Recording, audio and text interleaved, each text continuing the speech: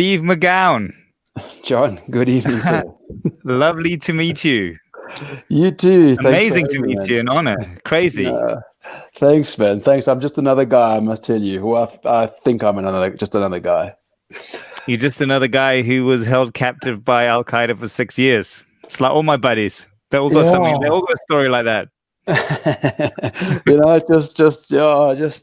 Man, I was just living the dream, hey, when it all went wrong, hey. It did sound like that. What do you got in your hand there? So What's that? I've been doing a bit of bartering. I've got a whole bundle of wine at home, and I've been swapping it out for whiskey. So I've got some. It's Ballantine's whiskey. It's in like a porcelain jar or something. That looks amazing.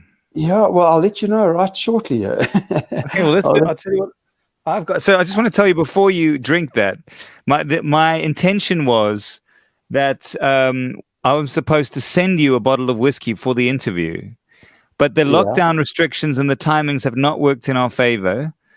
But my friends at Whiskey Brother, we are definitely sending you, when the lockdown restrictions over, you're going to still get your bottle. So this is just your Ballantine's barter flask over there is just a stand-in. Well, just so you know, I'm going to hold you to that. Good. So I'm drinking a delicious 12-year-old Loch Lomond, which you should be drinking with me. But I like your Ballantine's flask. I wish I had one now. I'm jealous. I mean, it looks very fancy, doesn't it? I mean, it looks like it's proper stuff. Looks like Who did you barter that with? Was it unopened during the barter? Yes, it was unopened. You see, I've been doing quite a few corporate talks, I must say, and I did a corporate talk for a wine farm, and as a gift, I got a whole bundle of wine, and then off the back of that, one of my mates, a very good girl mate of mine from when I was 15 years old. I've known her forever. Anyway, she's emigrated, but her mom's around, and they were keen for some wine, so I did a swap out. A couple of bottles of wine for this, and I think I scored. I think you did too. But I think I scored, John. Well, cheers. Here's to you. And really, I know this wasn't an easy decision to be on this podcast for you, and I appreciate it. No, it's a pleasure, man. Cheers. Cheers. Are you a whiskey drinker? From the old days, from back in the days, around the braai, mates at varsity and things like that. We always had a whiskey around the braai. So I enjoy my whiskey. I haven't drunk whiskey for a long time. Obviously, during my time in the desert, I didn't drink anything for 6 years. And when I crept back into Joburg, I basically baptized myself with tequila. And it wasn't the smartest thing to do. On 2 occasions, I got back and I caught up with some varsity mates, and I took a bottle of tequila along, and it was just ghastly. And then a couple of months later, I had my 43rd birthday, I think it was, and I had a Mexican party, and the whole idea was actually it was 6 parties in one. So Nice. You had a lot of catching up to do. No, it was terrible. It was terrible. I think my friends still hate me because of that, and I probably lost more years from that tequila than I did in the desert. To be quite honest. Cheers. I want to hear how that Ballantine's tastes for you. Cheers. Fantastic.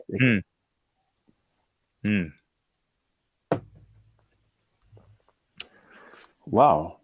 It's actually quite sweet in a way. I've never had a sweetish whiskey. That actually, the initial taste was quite sweet there. And this is just straight whiskey neat, no ice, no water. And it didn't burn at all going down my throat. It was actually very smooth. This is lovely. See, there was a reason that you said yes to this podcast. For my whiskey lesson, obviously. Wow. Nice. So we'll get this out of the way then. What was before being kidnapped, what were your vices? Were you a smoker, or what were the things that you had to give up that you were looking forward to getting back when you came back? Yeah, man. I enjoy motorbikes, and as a youngster, as a kid, I used to ride on our farm down in the Eastern Free State, right from like 11 years old, barefoot, no helmet, nothing, my mate on the back, and we'd be zooming around a cherry farm in the Eastern Free State and falling off regularly and burning ourselves. But this really got my passion for biking. So I got a bike, and I think the knock on of getting a motorbike was that I didn't drink so much, because if I went out on my bike in the UK, whatever it was, I couldn't drink because one drink and everything starts going a bit blurry. I've got a terrible tolerance for alcohol. I must Tolerance. tell you. Yeah. I'm a real beginner when it comes to this. So it doesn't take much for everything to go blurry and start sort of wandering around. That's a good sign for this interview. It's going to go well. Because you got a whole flask. Nice, cool. Yeah, but no, smoking and stuff. I mean, I've never smoked and things like that. I've always enjoyed my exercise. I used to enjoy swimming back at school, and I played a bit of rugby, and I did a bit of running. And now it's more so actually cycling. I'm getting into cycling, and I think when you get old, all the bones and the joints get sore. So running feels a bit harsh. So I'm cycling a bit and a bit of paddling, actually, a bit of canoeing around Emmarentia. I was going to say, where do you canoe in Joburg? So Emmarentia's your best bet. Yeah, I think it's the only bit. Yeah. Nice, cool. A weird question. I know this is the one thing that's been on my mind, and I don't know how to ask it.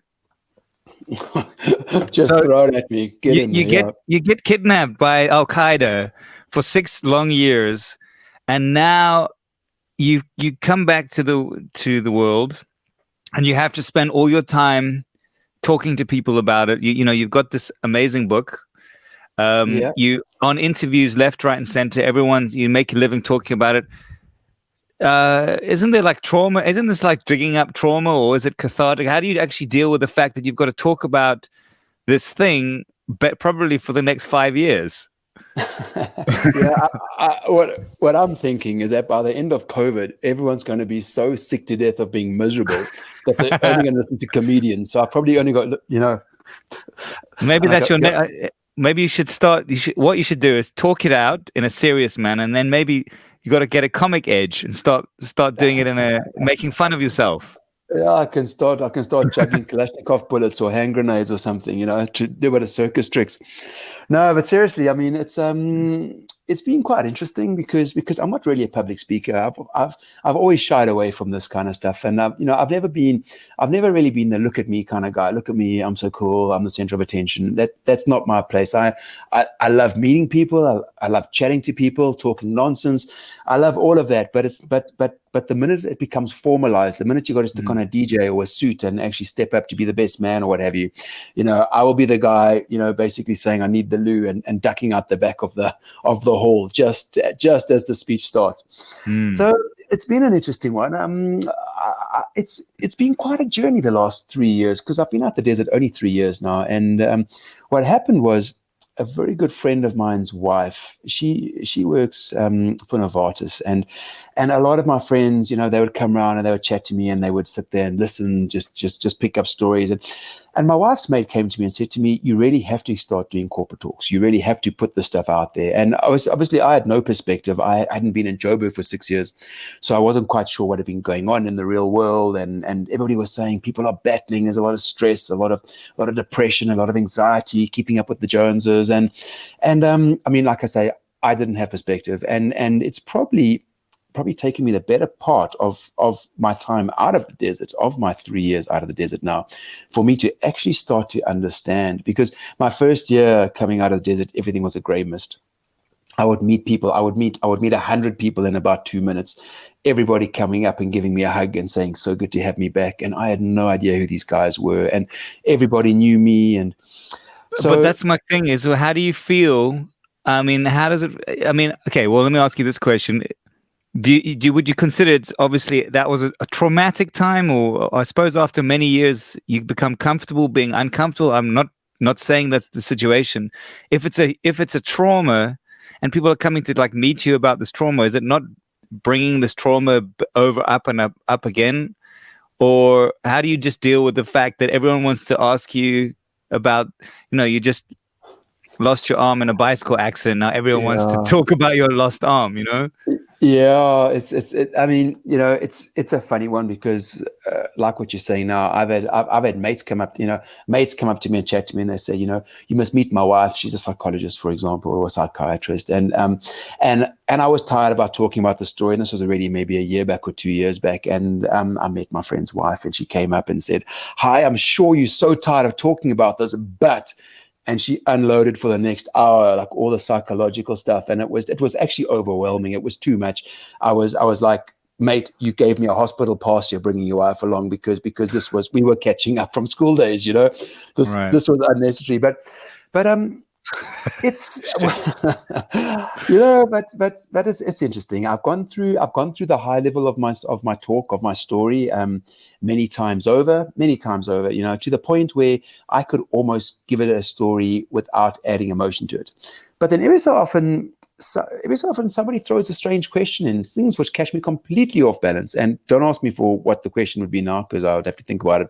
But it basically makes me step back and go, wow, okay. So now this is an interesting question. I haven't been asked this before, and perhaps I haven't even contemplated this before.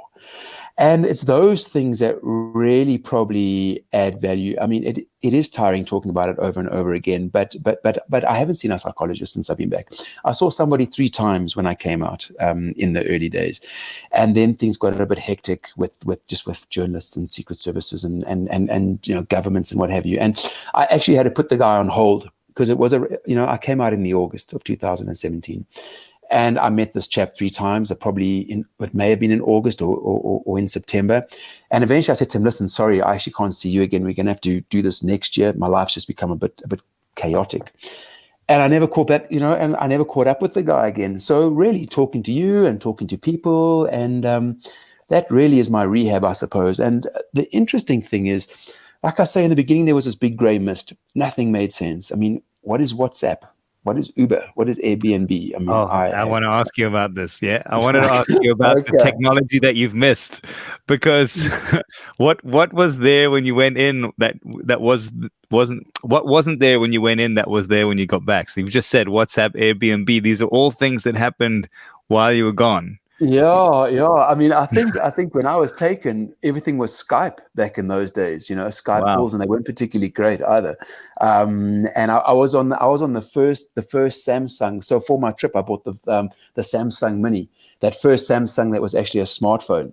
I bought it in Hong Kong with my wife, and I was like, this is perfect. It's a diary. It's my phone. It's my camera. It's my everything. And it was a dinky little thing stuck it in my pocket. And anyway, 6 years later, I mean, funny, it's like sitting in the desert. There was this one day we were watching a video with Al Qaeda, and they were doing some patrols and some, like some maneuvers, and they took videos for media purposes. And I was sitting there with the Swedish hostage, watching this video, and we sat there and we watched this, and there was a whole fleet What of was the cars. Swedish guy's name? Was Jacques, right? Jacques. Shark was the Dutch guy. Oh, So, Johan. so the Swedish guy was Johan. That's correct. Okay, Yeah. cool, cool.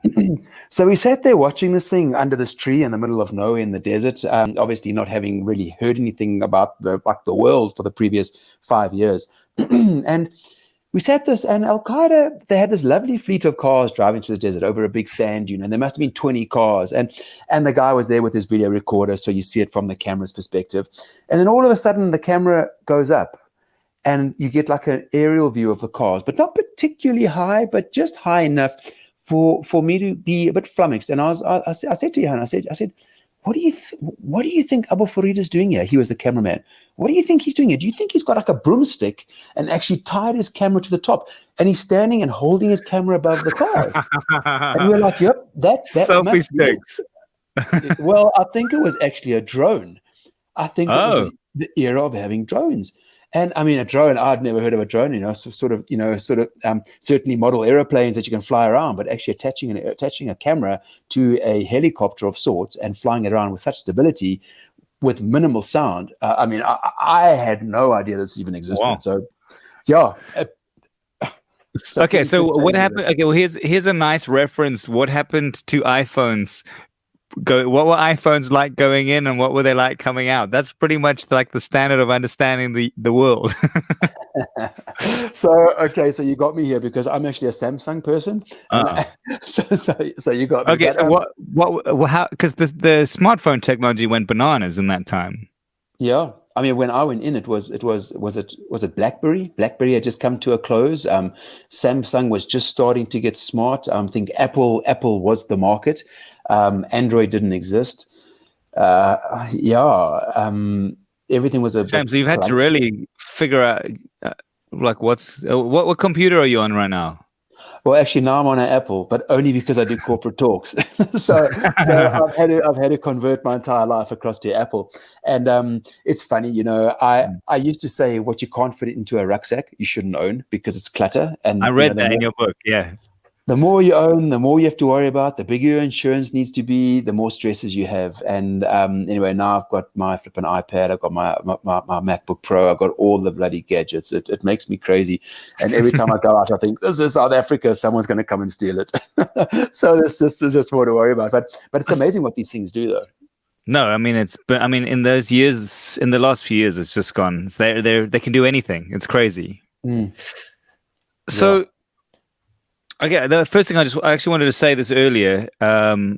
This book is that you wrote with Tudor is unbelievable, and to all those listening, the one thing I don't want to do is give away the stories in this book because it's incredible. Your story is really unbelievable, and everyone should read this book.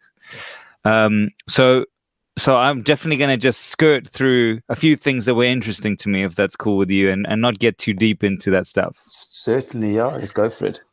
The one thing I guess the only kind of serious topic, because I got a really fun one coming up, was just I guess, and I don't really know. The funny thing about this book is that it's quite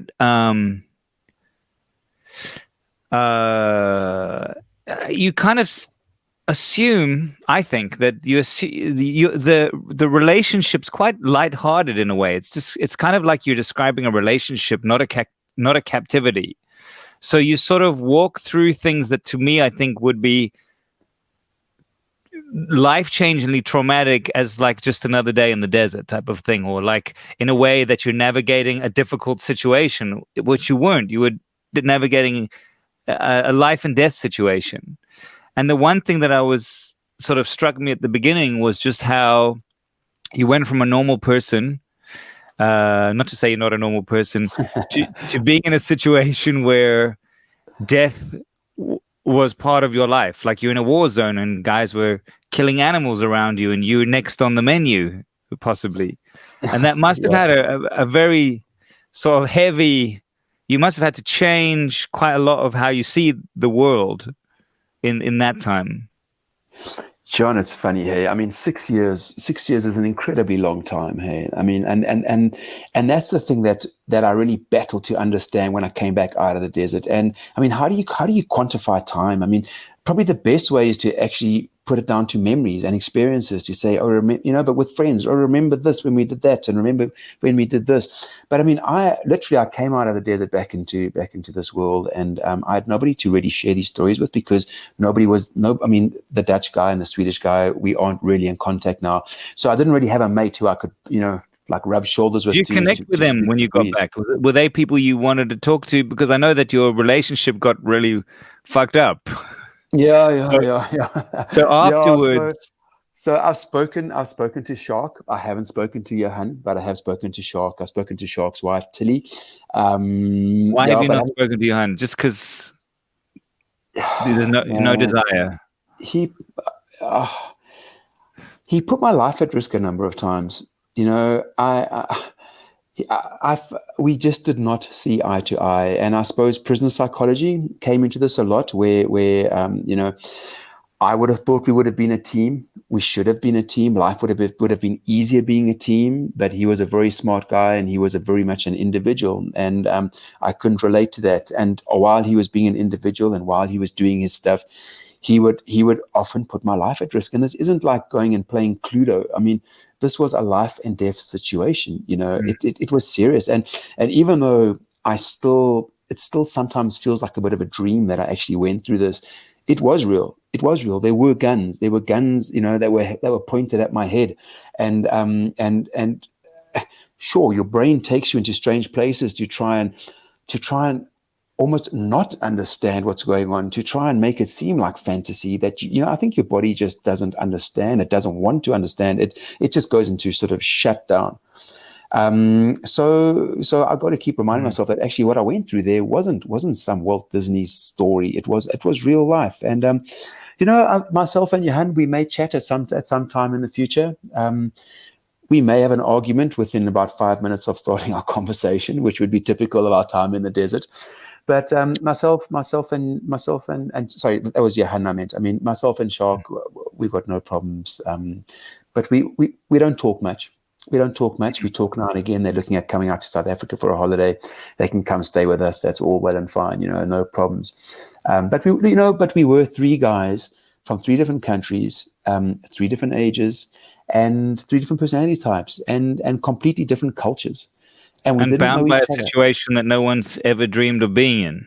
Yeah, and we weren't even mates before this. We sort of got thrown into something as three individuals. So yeah, you sort of bob up. I mean, probably the fact that we did not operate as a team was probably one of the biggest reasons, or was probably one of the reasons for the growth, the personal growth that I achieved there in the desert. Was that, the normal sort of herd mentality. If you all stick together, someone takes leadership and the other two guys follow. But it turned out that we had to be three separate leaders because we each basically, paddled our own boat while I was there in the desert. Hectic. Yeah. Before I interrupted you, we were just sort of unpacking the idea of changing your headspace in 6 years, because you essentially went from being a person to being seen as a cockroach. Yeah. The way I see it. No, I was. I mean, funny, it actually says within the Quran that the non-believer is the lowest form of life, the lowest form of creation. And the way Qaeda used to say it to me was that, at least a goat and a sheep you can eat. Whereas, well, I'm no good for anything, we just can useless. we just slaughter you and that's the end of it. So yeah, like you're the lowest form of life. So yeah, but like going back to that saying it was 6 years, and 6 years is a hell of a long time. I mean, if somebody told me up front you're going to be here for 6 years, I don't quite know how I would have coped. But the fact that you take it day by day and you live with hope, that really is what gets you through it. But I mean, I got broken down as a human, as a person, like I say, back at varsity days, back at school days, I was a relatively popular guy. I had a good bunch of mates who would hang out, and I knew my identity. I knew what I stood for. I knew what it was about. So I felt like a complete person, a complete package. But in the desert, it's funny because being the lowest form of life, you would have 15-year-olds bully you around with AK-47s. And at that stage, I was 36 years old, 36 through to 42. And when you got a 15-year-old look at you and clear his throat and spit into the sand, and then that scene of that kid doing this to you all day long, that was probably the most chilling part of the book. That was a horrible day. That was a horrible day in the desert. I mean, yeah, and those are the kind of things you actually wonder if your mind allows you to fully comprehend. And I'm probably still unraveling a whole bundle of my life there in the desert. There certainly were many times in the early days when I wasn't quite sure if I'd actually make it through the day. And I had a British passport, and that also made my life much, much more difficult. Obviously, the Brits, with their approach to war against Islam and Afghanistan and Somalia and all over the show, Iraq, Syria. So that also was really a giant weight on my shoulders. But 6 years is a long time, and if you don't cope, you're going to sink. And fortunately, nobody told me up front it was 6 years. Fortunately, you start to realize that if you don't actually get yourself together, you are not going to survive this. And fortunately, you have enough time to try and understand your situation. And fortunately, most fortunately, we are a bunch of animals and we have animal instinct, and we tend towards equilibrium. We tend towards life. We don't want to die. We are able to shut out negative things. And really, there's a lot of mind over matter in this. And that was probably one of the biggest things that I learned in the desert was, just actually how capable we are, and how we forget that through living in Because I joys. guess the thing you mentioned that's the most terrifying is that it wasn't 6 years in the desert. You didn't know.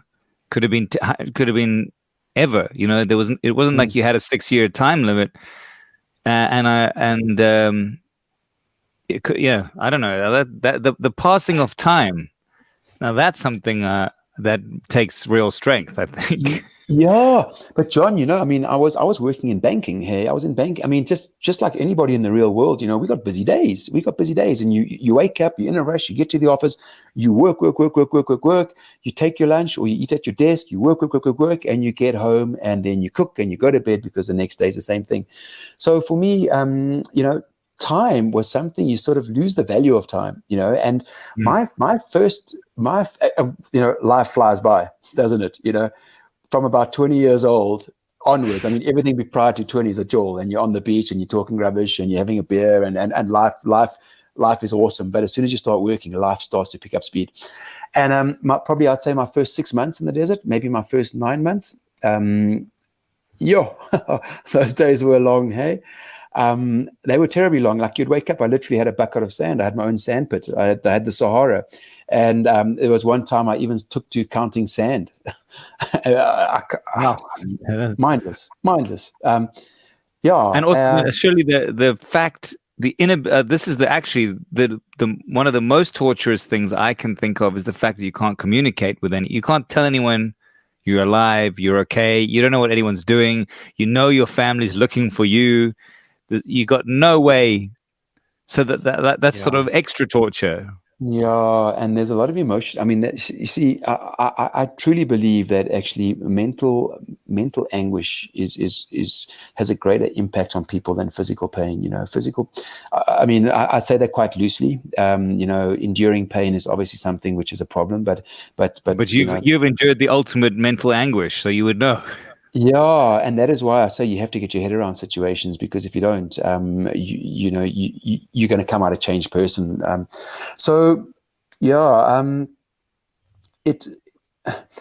You have to start to adapt to a situation. You have to try and find your new normal. You have to, not that I like that word whatsoever, but you have to start trying to find a reason and a purpose, something to live for in these situations. Because Al Qaeda, actually, they said to me, one guy came up to me and he said to me, you're lucky that you've been kidnapped and you aren't in prison. And I battled with that. I got quite angry with the guy. I mean, obviously, I couldn't throw a fit and stamp my feet because I was a prisoner after all. But I think I raised my voice and I was like, how on earth can you say such a thing? And he said, well, look, here you're on the desert, and now you get to know God, and if you die, you go to heaven. And I was like, well... Was this after your conversion? This was after I converted to Islam, yeah. Right. And I looked at him and I said to him, but this is absolutely ludicrous because, okay, for one, I've done nothing wrong. For two, I don't know how long my prison sentence is. Good point. I hadn't thought of that one. Yeah, I mean, I've done nothing wrong. I mean, for one, I wouldn't be in prison because I've done nothing wrong. For two, I don't know how long my prison sentence is. For three, I don't get to talk to my family. Ever. At least if you're in prison, you get, your family can visit and bring you a cake or whatever it's going to be. Number four, I don't have any books in my language. I don't understand you guys, So how on earth can you tell me that I'm actually lucky to be kidnapped rather than be in prison? I mean, and in addition, okay, what did you say to that? Or was that? No, he just sort of rolled his eyes and was like, "Oh, well, dunya, earth, dunya." Okay, so dunya is Arabic for basically all the trappings of earthly things. So fancy cars and nice watches and all this. He says dunya, dunya. If you focus on dunya, you're going to go to hell. So actually, the whole idea is you come here, you get to understand what God's about, and then you then go to Jannah, to heaven. So if you're trying to weigh up your 70 years in dunya and say, well, you don't have books in your language, you don't get to talk to your family, this is an indifferent prison sentence, that is practically all irrelevant, because, well, you get to know God and you're going to go to heaven and you're going to have eternity in heaven. But also the part that I particularly battled with was that certainly if I had messed up my life and it was all about me, well, I would take responsibility and say, well, that is my situation, and I'd have to live with it. The fact was, I had family back home. I'd been married for 4 years. I was coming home to take over my parents' You have business. a life. You have a life, a whole life. Yeah, yeah, and it's impacting other people's lives. Yeah. And that was the part that it really battled with. Like you say, no communication for 6 years. I mean, could I not just phone home, please, just once and say, hey, listen, Kath, move on, find somebody else. Mom and dad. That's hardcore what you're saying now. That's so hectic. Well, I mean, but I understand what you're saying, but it's hectic. Because I was an indefinite prison sentence. I mean, am I going to be there for 6 months or 6 years or 600 years? And you're saying it's not indefinite for you. I mean, it's indefinite for you, but it's indefinite for your family. They don't know whether you're coming back tomorrow or never. So they also can't move on with their lives. And you're basically explaining the torture is not the fact that I'm sitting here. It's the fact that everyone I love also doesn't have a fucking clue where I am or what I'm doing. Yeah, Can I at least just let them know? 100%. 100%. And that brought on a whole other set of dilemmas, because if the guy said, okay, well, today you can make a phone call, well, then I've got to make sure I get the right phone number, because you only get one chance at phoning home. Yeah, I mean, because they got to drive through the desert for half the day just to find the one phone call, and they got to be invisible and get the hell out of there. Yeah. It's like before the bombers come in and actually blow you up, So you get one chance, and if it happens to be a day that someone else, someone's on the phone and the phone's engaged, or maybe the phone's on mute or the phone's switched I definitely off. need another whiskey for this. Stress. Yeah. So even when you think you've actually drawn the, like the long straw, you're out of here. Well, there's more dilemmas actually, getting the opportunity. Bizarre. I'm only going to ask you one more deep question, and then I've thought of some more fun things to talk about. So, but this one is I've created while you're talking, and I don't know how, I'm gonna try my best to put in context. Like, you've been through something that is unthinkable, and so is your family. Really, actually, something I hadn't thought enough about was how it's almost worse for your family. It's not worse, but it's equally bad. It's equally torturous. Sure. I have a friend whose brother was lost at sea for many years, and sort of assumed dead. And he said to me once, like, one of the most emotional nights of my life, having this conversation with him. He said, they say that the worst thing in the world is when a mother is told their son has been killed on the battlefield and there's no body. And there's a huge amount of trauma around there not being a body. But he said, for me, it's even worse, because not only is there no body, I don't know if the person is alive or dead. And I feel guilty whenever I mourn his death. And so like that thought for me, and I'm sort of just remembering it now, that's the worst pain. Someone you love dies. That's a pain. Someone you love dies on the battlefield and you don't have their body. That's traumatic. But now someone you don't know whether is alive or dead, that's a whole trauma that is unthinkable. Yeah. Because you don't know how to feel. Yeah. So, I mean, I've got one very good mate of mine. And when I came out the desert, we had a couple of proper chats, and he came and he said to me, Steve, the days that were my darkest, the days that were his darkest, were the days that he didn't think about me. And he said, because those were the days when he got to the end of the day and he then thought, wow, I haven't thought about my mate. I've forgotten about my mate. And those were the days when he really beat himself up about the fact that, I mean, one day goes past, 2 days, 1 month, 1 year. It's just time goes on. People get busy. And he says those were the days that he really, really battled.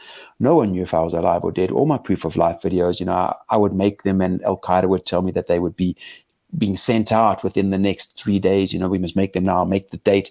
specifically say, my name is Stephen McGown. Today's date is the 5th of February, 2012, for example, because on the 8th of February, it's going to be in Joburg and your family will see it.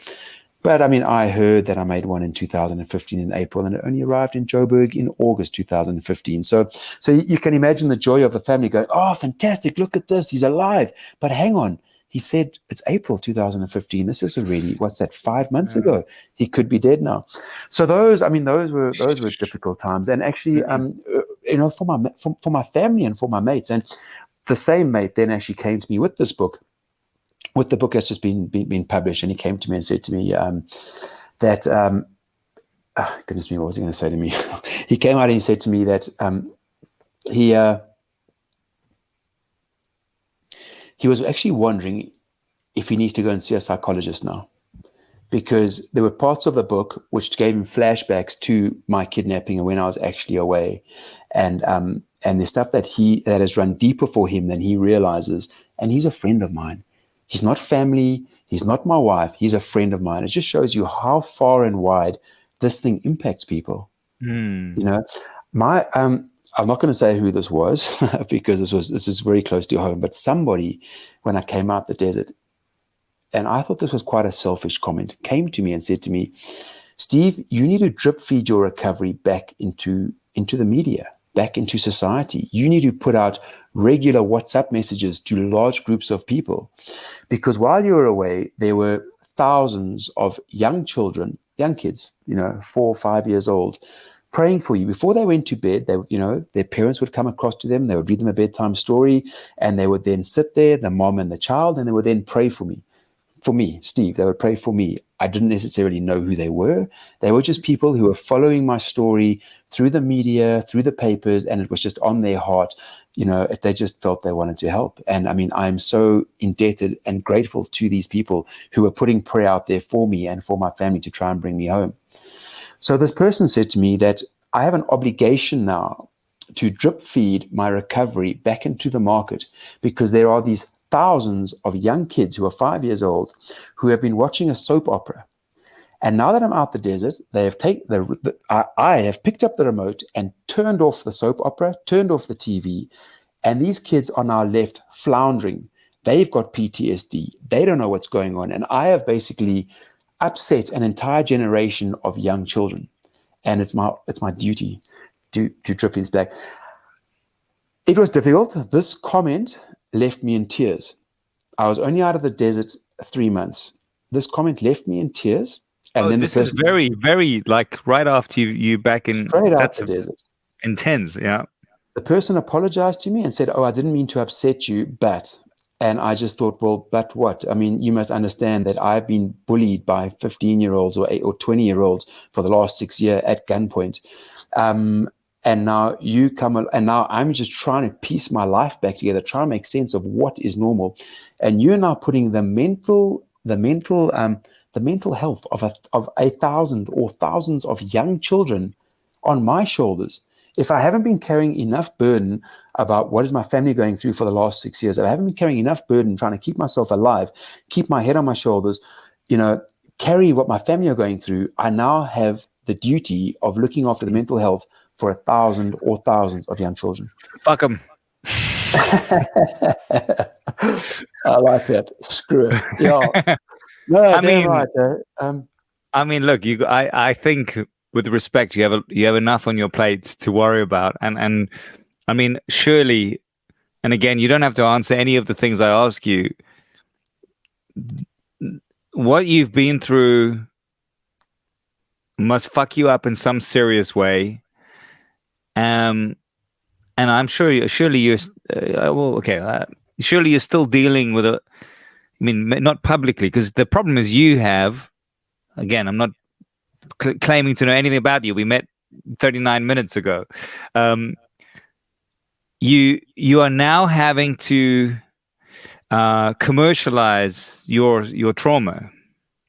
So that's, to me, very hectic. It's very hectic for somebody to take on, and to maybe it's, I know you're taking a positive spin on it, and you've got learnings from it, but surely you've got a hangover from from your experience, and things trigger you still, and you're still having to deal with stuff. And I mean, what's interesting is that the relationship between the three of you, of the captives, how that still has a hangover, surely.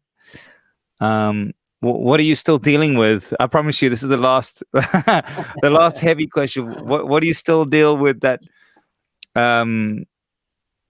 So That yeah, you still, I don't know. I don't know where yeah. that's going. No, that's cool, man. So I mean, when I came out of the desert, okay, and I literally touched ground in Joburg, I had it all together. I had it all together. I had to have it all together for 6 years. Me as a person, as an individual, I could put my But is walls that up. because did you become, are you a professional at if you go through something where you have to learn to compartmentalize yourself, right? Now you're in the world, you don't need to do that anymore. You've got to find yourself again. So if you're coming out and you say you've got yourself together after 6 years in captivity, surely that's not real. Or Well, yeah, okay, no, okay, fair enough. What I mean is, me as an individual, as a person, in myself, I was all together. I needed nobody. I Okay. see. I see what you're saying. I had it all together. I knew that, I can go through hell and back and I'll be fine. I don't need somebody to give me emotional problems about a Sure. thousand young kids. I don't need I don't need a secret service from wherever to come and tell me that I owe them information when they did bugger all for me when I was in the desert. I don't need Another any. painful. That's got to be painful too, right? Still, Yeah, yeah. Well, yeah, you feel exploited to a degree, No one looks after you while you're away, but when you come out, you got all this information. Everybody wants to talk to you, and everybody wants a pound of flesh, and everybody comes so sweetie, with big open arms and hugs and even all the the rest. president of the country. Oh yeah, there we go. I mean, Jesus, hey. So yeah, so when I came out the desert, I was rock solid, and now, to call a spade, and I mean this with absolute respect for absolutely everybody, and taking into account the 6 years that I had been through. If my wife left me, I would have been okay. If my entire family had died, I would have been okay. If I did not have a house, I would have been okay, because I would have been okay. Because in the desert, I had it tough, and I You had had to be nothing. It was okay, just you by yourself. and I had to be okay, and I And your learned. relationship with your three guys, even that fell away. So the only three people you had in the world, even that wasn't there. Yeah, 100%, 100%, 100%. So I would have been okay. So I have learned that we can be okay, but that isn't the way to do it. Okay. I came out in the August, and I was 100% okay. When I got to December, I looked back at August and I thought, well, actually, you weren't quite right. But now in December 2017, I'm fine. I got to January and I looked back at December and I thought, you weren't quite right in December. But now in January, you've got it all together. I got to April 2018. 18. Yeah. And I looked back at January and I thought, well, you didn't quite, and it went on and on. And it went on probably for the better part, probably of 2 years, I would say, where I could see myself making vast, huge steps forward in as a person. And one of the biggest things that I wanted to overcome was I did not want to be that island, that person who came out the desert who thought if the whole world fell apart around me, I You'd will still still be be okay. fine. I don't want to be that person, because people would come and give me advice and they'd say, look, you should do X, Y, and Z. And Well, you for were in start, survival mode for the longest time possible. yeah. And that Yeah. is a word I haven't heard probably for 3 years, what you've said now, survival mode. I haven't heard that word for a long time. I heard that a lot in the early days. And in fact, that could be the next part of my rehab, for me to fully understand what I was going through when I came out of the desert, because that survival. I mean, funny story. Okay. So there are some issues. So we got a farm in the Western Cape where we're busy opening up a drug rehab. And it was probably 2012, 2013, 2012, before the drug rehab was on the scene. I drove from Joburg down to our farm, and I loved it. I mean, I just climb in the car and drive, and you hear the sounds of the wheels. And I got on the motorway here in Joburg, and I started to cry. And I cried literally for 13 hours until I arrived down in the Western Cape. I climbed in the car and I just started to sob. Granted, I was playing ABBA on the radio. Yeah, well, that make me sob, but So, not for the same reasons. so it may have been ABBA, which made me I'll be cry. like this. Please, please. No, I'm joking. Carry on. No, I'm joking, man. But yeah, I mean, but I literally was in tears the whole way down to the farm, and it made me realize that when I had a bit of time to myself, there was a lot of a lot of pent up frustration or anxiety or confusion that would only come out when I actually was in a safe space away from people because obviously I was in the media a lot when I came out of the desert, and I really had to hold it together. I mean, I was being chased by everybody. Hey, governments. I mean, a whole bunch of governments. Everybody wanted a pound of flesh. 1,000 different journalists wanted things. Everybody wanted to write a book for me. And besides those people who really were, now I must be careful how I word this. They were probably self-seeking in a way. Okay, because it was, they were going to get a salary for putting a thing into a paper or what have you. So they came forward and the big smiles and all the rest. But it actually wasn't really about me. It was more about them, I believe. But this is a whole new topic. In fact, if you've got 2 hours, we can go into that. But I've got all the time. It's up to you. Like we can go. We can go. You tell me when you've had enough. Sure. Okay. Sweet. Yeah. But where was I going to go with this? There was where was I taking this? So, but there were a lot of people, like I say, who came up to me and were like, Steve, wow, it is so good to have you home. We've been praying for you for 6 years, or my daughter knows your wife through this, through that, and the rest. And these guys, so what would happen in the early days is somebody would just come up to me and say to me, Steve, huge hug, welcome home. It's so good to have you home. And it wouldn't be one person, it would be 20 or 30 people. In a short space of time. Overwhelming. Horrible, actually. It would manifest itself into me physically getting the shakes. And I've always been a very physically competent person with my sporting and everything.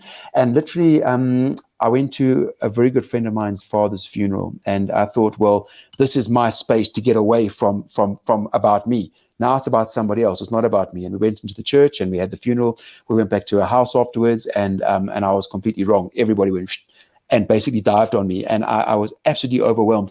But the problem was no one introduced themselves. Everyone was just like, "Hi, Steve, so good to have you home." And I'm like, "Well, who are you? What is your name? How do you fit into this group? Give me some context." And that was probably one of the biggest difficulties of my 6 years in the desert. I had no context. Coming out of the desert, I had no context. My friends start joking about Japan beating us in the World Cup rugby. Okay, cool. I mean, it's a bit of a shocker. Okay. Oh, now I know. Yeah. But spoiler alert. I haven't watched that episode yet, guys. Yeah, I mean, but at the same time, of these guys joking about, like, they would be they'd be in a pub somewhere having drinks, and they'd be behaving like hooligans, and they would be laughing and joking and talking about this South Africa losing in the rugby. And I battled with that as well because I had no context, and also because I had been in survival mode. Here we go again, survival mode for so long. To be honest, I couldn't see the humor in it. If there wasn't a plane overhead that was going to bomb me, or if I wasn't looking for water or food and I wasn't going to die, well, the rest was pretty irrelevant. I mean, straight back to Maslow's hierarchy of needs. I really was at the bottom of the pyramid. I was nowhere near the top, where one can have such frivolous conversations and laugh and joke about Japan beating us in rugby. It took me, and guys would be laughing their heads off, and I had to separate myself from my friends. I had to literally walk away and go and take some quiet space to actually try and we're at a party, to just try and slow the energy down, because the energy was too much. There was too much energy going on in a room, and I couldn't cope. I didn't know how to cope. My mind had almost slowed down. My brain was not firing at 1,000 chirps a second, like a good old South African chirp, chirp, chirp, chirp, chirp. I couldn't chirp, chirp, chirp. So if somebody chirped me, I wouldn't have a retort. And I could literally feel that my brain had to pick up speed. It had to speed up and get back to operating temperature for South Africa. I'm still not quite there, to be honest with you. What I'm sort of thinking about is what you might be facing is the fact that, firstly, celebrity culture in this day and age, you've become an instant celebrity. except your path to that has been the polar opposite. Not only that, often journalists or people will say, oh, Mr. Hip Hop star, you've got all this fame. This is what you wanted. This is what you asked for. Be careful what you wish for. This is not something you wish for. You've stumbled into it. And not only that, the circumstances with which you've stumbled into it are the polar opposite. You are not equipped to deal with the fame that you have received. You come from being completely isolated in the spotlight. I mean, because all those things you're describing is basic celebrity 101. But is it really? Hey, yeah. I mean, I think so. Yeah. But where you've come from is so polar opposite. There's no possible way you're able to navigate that world. I mean, in the desert, I had all the space, within my little area that I had to stay. I had all the space in the world. I only had conversations when I wanted conversations. So to come from that to basically being thrown into 1,000 conversations was incredibly overwhelming. And okay, let me ask you. Wow. Surely no one's asked you this question. Yeah. This is the thing about the book that I don't want to say bugs me. And again, to everyone listening, you got to read this book. There's not another book like this book. 6 years with Al Qaeda, right? I don't want to say you. Okay, what was the positives? What did you enjoy, or what do you miss? How about that? What do you miss? It probably took about 8-9 months before my ears stopped ringing from the silence going into the desert. Obviously, big red buses in London and all that kind of stuff. You go to the desert and it's dead quiet. I mean, not even a chirp. Your ears are just screaming and ringing. Simplicity. I mean, the sand under your feet. I don't miss the sandstorms. I don't miss the thunderstorms. I don't miss sitting and standing in these things. They were terrible. But there was a beauty. There was a simplicity. There was you lived in the moment. Yesterday was gone. Tomorrow certainly wasn't a given, and all I had was now, actually. And that is such a cliche. I mean, everybody. That's not a cliche. Nothing you say is a cliche. Your perspective is different from anybody's. Yeah, I mean, because people always say, live in the present because the present's a gift, or whatever that story is. It's a gift, and live in the all that stuff. And it is such an overused. It's such an overused thing. But actually, I experienced it. And I understand it. And when you only have sort of 5 things to your name, you don't think, should I drive the Porsche? Should I drive the Lamborghini? Should I drive the Ferrari? Should I drive the Beat? I don't have any of those things. And not that I ever did or I ever will, probably. But I mean, you don't, should I wear the blue shirt or the pink shirt or the green shirt or the yellow shirt? I don't have a choice. I've got my brown shirt. So what are you thinking? What are you thinking every day?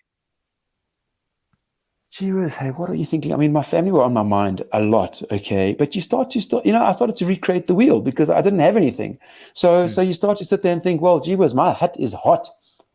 So hell, man, I got to sort this out because there's no air conditioner here. And the flipping breeze is kicking up a small sandstorm. So there's a bit of a sandstorm, a low-level sandstorm. So I've got to block the bottom, but it's got to be lifted a bit higher up. But it can't be too high because then the sun's going to come in off the sand dune on the southwestern side. So maybe next time I've got to twist my hut a little bit. This is so South African. It's awesome. Only a South African thinks this way. Carry on. So you'd sit there and then you think, but now the roof, okay. So now the walls are okay, and maybe the grass walls are okay, but now the roof is a bit low, so now it's trapping a bit of hot air above my head. So now I've got to make it a bit taller. But the problem with taller hut is it makes a strange shadow, and the mirages will come in. So now I've got to sort of maybe put it further into the bush that I've built it, or maybe make it more of a slope, or maybe more grass, or and that kind of stuff. It was real practical stuff. I mean, it's not first world problems. It's it's real practical. It's 2000 BC problems. 100%. How do I create that ball to roll it down the hill? Yeah. Cheers, but man. I mean, I learned, John. I learned to make rope using grass. I've got new respect for everybody and anybody who makes grass products, grass hats, grass baskets, grass things. And anybody who goes and does a hard haggle with them to try and beat the price down, they should be shot on the spot. It is, I mean, I've got respect. It's hard work. For starters, you've got to go and collect the grass. And well, in the desert, you've got to walk a long way with a spade and a rope. And you got to walk and walk and walk over dunes and then come back with like 40 kilos of grass, dragging it like a donkey behind you. And then you start actually making your rope using a bucket of water, using your toes, putting the grass between your toes, the other bits between your hands, and you're rolling it between your hands. And then you got to connect to the next piece of grass because grass is only 40 centimeters long. And the thing ends up weighing about 20 kilos. Have you made grass rope since you've been back? I haven't made grass ropes in the back, but I have made rope using bits and pieces of clothing. Does that count? That counts. Does that count? Okay. Interesting. Yeah, From the same, obviously the same technique, right? Yeah, 100%. Between your toes, roll your hands. You just don't need the water. I mean, the water is just to make the grass more pliable. I mean, in the desert, I also slaughtered animals and what have you. Wow, bit of a horrible story. I came out of the desert and we're having a braai here with my wife and friends of hers, and I didn't know. I've never met these people before, so it was sort of first introductions. And we had bought 3 chickens. We went to the Magaliesberg. We got 3 chickens. We came back with 3 chickens, and they were pecking in the garden. And my wife was inside making a bit of salad, and I was sitting on the patio chatting to our guests. It was evening time, and then our one dog, which we just adopted, disappears down the stairs onto the garden, and it got eerily quiet. And I said to the guys, "Hang on one second. There's something going on here." And I got up and I stuck my head over the balcony, and the one chicken had been bitten by the dog, and it was sort of flapping its way across the garden. So also, again, I hadn't been out of the desert too long. So I was like, "Hang on, sorry, we've got dog problems. Give me a second." And I had to get up. I went inside and I got the bread knife, and I went back onto the lawn and the chicken had been killed by the dog, but it was just nerves busy kicking. So the thing was flapping across the garden. So I grabbed the chicken and I cut its head off with the bread knife. And then I walked back up with, there was blood on me, blood on the dog, blood on my jeans, a chicken in my left hand, a knife in the right hand. And I walked past our 2 guests and said, "Sorry guys, I'll be back right now. Apologies about this." Walked through, dumped the chicken in the dustbin. And then I went back and said, "Right, so what were we talking about?" And they must have looked at me and thought, "What the hell? What a barbarian. What the hell is going on here?" But for me, I'd been slaughtering camels and goats and sheep in the desert for the past 6 years. So for me, it seemed like quite the normal thing. But my wife did vanish. My wife did run away into the kitchen and didn't want to come out. Jono. Steve, I got no chance of coming back, so I thought I would just call you on the phone, and I'm recording you on another iPhone next to it. On speakerphone. I'm so sorry. No stress, man. No stress. Yeah, I was telling you about being a barbarian and actually having the braai at our house and right. And going out and doing something which felt very normal to me, which was to slaughter the animal, but with a bunch of guys who I had just met. And it was a hell of a peculiar evening because I just met these guys. I didn't know who they were, and I was trying to get to know them. And then I went and slaughtered the chicken in the garden, and then back up into the house. And they looked at me like, who the hell is this guy? You're a murderer. What is going on at this braai? But it was the most bizarre evening. So I suppose it just shows you the whole norm between what goes on in the real world and what goes on, as Al Qaeda would call it, like the Akhir Kokab, this other world, are just absolute worlds apart. And you obviously still dream in both worlds. I had a nightmare about 4 days ago, which was absolutely peculiar. I haven't had a nightmare for quite a while, and I had this nightmare about 4 days ago.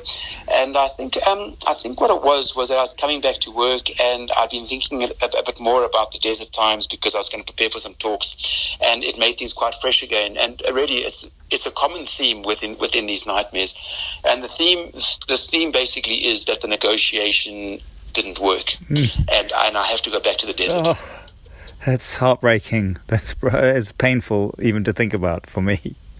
Yeah, no, it just shows that it still actually runs very deep. It still runs deep. You could still be there. I mean, that's the truth. You could still be there. And that is a reality, hey? Yeah.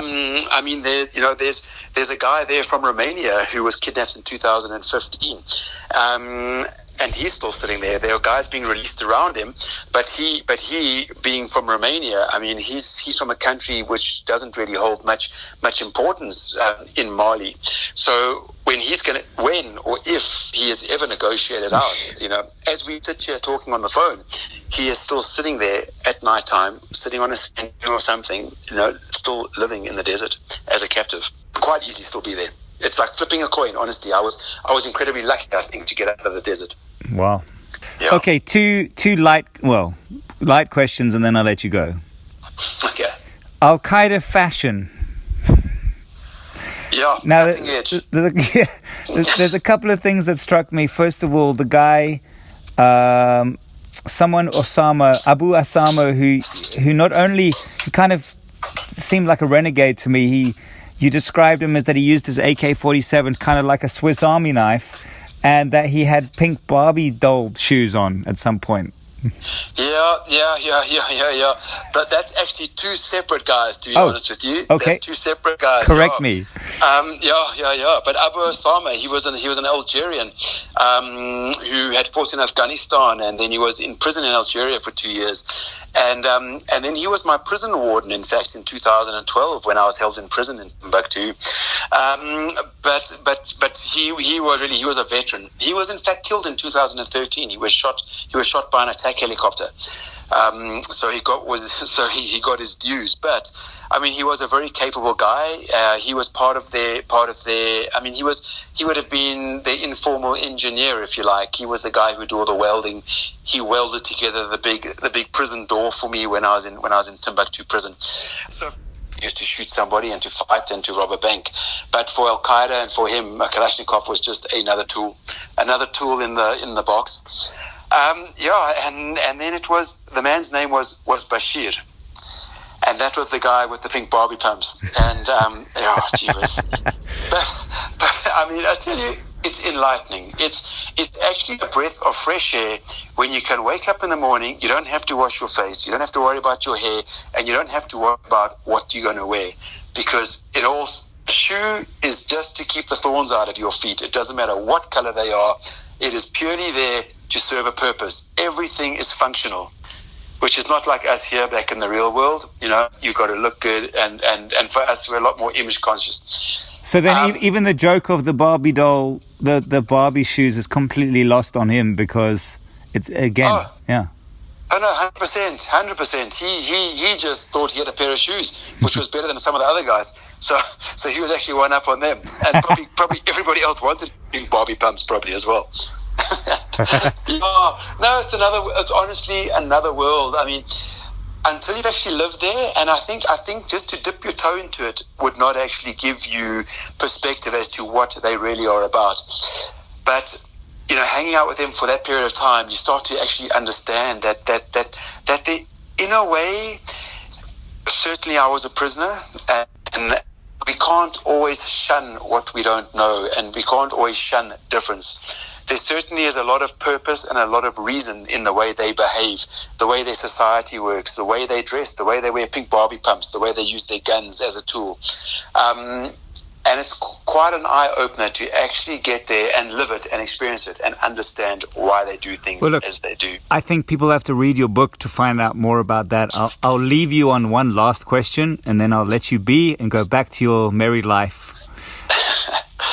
You told me earlier quite a lot of stuff that everyone wanted a pound of flesh and everybody wanted to write your book, but you found my friend Tudor who wrote your book. How did that happen? Oh, Tudor, he's fantastic. Hey, it's he has written. Look, this book has done incredibly. It's a bestseller within the first month. I sent him a picture the other day. It was on the charts. The one ahead of it was the Michelle Obama book, and then the one after it was your book. Really? Yeah. And Michelle, I'm going to catch Michelle. No doubt. I'm going to push. But you get it. No, look, we're going to get her. No, look, this book has so exceeded my expectations. To try and squeeze 6 years into a book of 90,000 words is an absolute trying to, pull a rabbit out of a hat. And Tudor did it, and he's done an amazing job. And I mean, the feedback that I've received has been amazing. And obviously, getting feedback from people who know you, I sometimes sit there and I think, well, are they just being nice to me? But when you get feedback from people who you don't know, and when you hear via somebody else that they've enjoyed the book, then you really know that that it's got something. But my question is, Tudor told me he doesn't know you. He didn't know you before this. So how did you end up trusting this stranger? Yeah, well, I interviewed him. I was walking around my lawn having a chat with him, and I spoke to him about a few things. I said to him, for one, if there's stuff which could put my family at risk, I don't want you to talk about it to your friends even, or put it in the book. And he was like, no, absolutely, we'll sign a confidentiality agreement. And he enjoys fishing, and I enjoy fishing, so we've got a lot in common there. There's it. That you answered the question right there. Okay. Is that what you're looking for? No, I don't know. And it's been great, eh? I mean, I was down in Cozy Bay last week, and chatting to Tudor prior to it. He gives all the advice about what's this and what's that, and this fish, and take this and take that, and he's got all the contacts, and it's great. We actually going to plan to meet up down towards towards Cape Town and catch up for a good fishing weekend, just a guys' weekend, and some fly rods, and I can't wait. It's been a great experience with Tudor. He's an awesome guy. Steve, I really appreciate. I know that you told me earlier that you have not accepted any podcasts before. I know I had to twist your rubber arm, and it's taken like a good month. I really appreciate it, and speaking to you has been a real honor. And I'm happy you made it out. I'm happy that your nightmares are just nightmares. And so much do I appreciate having a little whiskey and shooting the breeze with you. Appreciate it. Thank you. John, thanks, man. And maybe one day we can even catch up for a coffee and meet in person. I'm game. Totally game. When things settle down. Would love to meet you. Awesome, mate. Awesome. Cool. Well, listen, thanks for having me on your show, and thanks for the podcast. And have a super evening. You as well. Thanks, mate.